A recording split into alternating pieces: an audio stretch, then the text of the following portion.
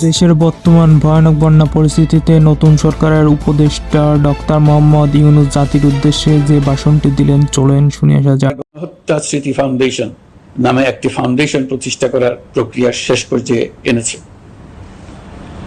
আপনাদের সবার এবং বিদেশে অবস্থানরত ভাই বোনদের অনুদান এই প্রতিষ্ঠানে পাঠানোর জন্য অনুরোধ করছি। আমি ব্যক্তিগতভাবে এই প্রতিষ্ঠানের চেয়ারম্যানের পদ গ্রহণ করেছি। প্রিয় দেশবাসী, আপনারা লক্ষ্য করেছেন দায়িত্ব গ্রহণ করেই আমাদেরকে আইন শৃঙ্খলা অঙ্গনে অস্থির পরিস্থিতি সামাল দিতে হয়েছে।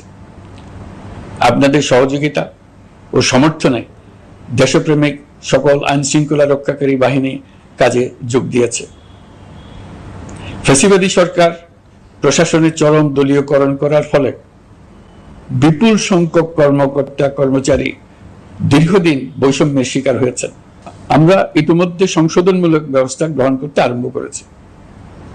তবে প্রশাসনকে গতিশীল রাখতে এবং একই সাথে সুনির্দিষ্ট পদ্ধতি অনুসরণ করে সঠিক সিদ্ধান্তে উপনীত হতে সময় প্রয়োজন। সেজন্য সকলকে ধৈর্য ধরার অনুরোধ করছি। প্রশাসনের সকল ক্ষেত্রে প্রতিষ্ঠানগুলো যেন জনগণের আস্থা ফিরে পায়, সেটি আমাদের অন্যতম উদ্দেশ্য। লুটপাট ও দুর্নীতির আখড়ায় পরিণত করা ব্যাংকিং খাতে সুশাসন নিশ্চিত করার জন্য আমরা উদ্যোগ নিয়েছি। এই খাতে দক্ষ জনবল নিয়োগ দেওয়া হচ্ছে। ব্যাংকিং খাতে শৃঙ্খলা স্থাপন, ব্যবসা বাণিজ্যে সহায়ক পরিবেশ তৈরি এবং জনগণের জীবনযাপন সহজ করতে নিত্য প্রয়োজনীয় দ্রব্যমূল্য ও মূল্যস্ফীতি নিয়ন্ত্রণে আনার আমরা উদ্যোগ সচল করেছি।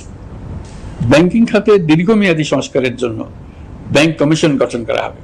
আর্থিক খাতে সার্বিক পরিস্থিতি ও সংস্কার বিষয়ে একটি রূপকল্প তৈরি করা হবে, যা দ্রুত জনসমক্ষে প্রকাশ করা হবে। শেয়ার বাজার, পরিবহন খাত সহ যেসব ক্ষেত্রে চরম বিশৃঙ্খলা বিরাজ করছে তা নিরসনের দ্রুত পদক্ষেপ নেওয়া হচ্ছে।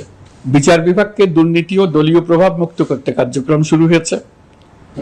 একটি সুনির্দিষ্ট প্রক্রিয়ার মধ্য দিয়ে বিচার বিভাগের স্বাধীনতা ও জবাবদিহিতা নিশ্চিত করার উদ্যোগ নেওয়া হয়েছে। ফ্যাসিবাদী সরকারের বিচার বহির্ভূত হত্যাকাণ্ড, গুম, খুন, অপহরণ এবং আয়নাঘরের মতো চরম ঘৃণ্য সকল অপকর্মের ন্যায় বিচার নিশ্চিত করা হবে। এসব অপকর্মের সঙ্গে জড়িত সকলের বিচার নিশ্চিত করা হবে।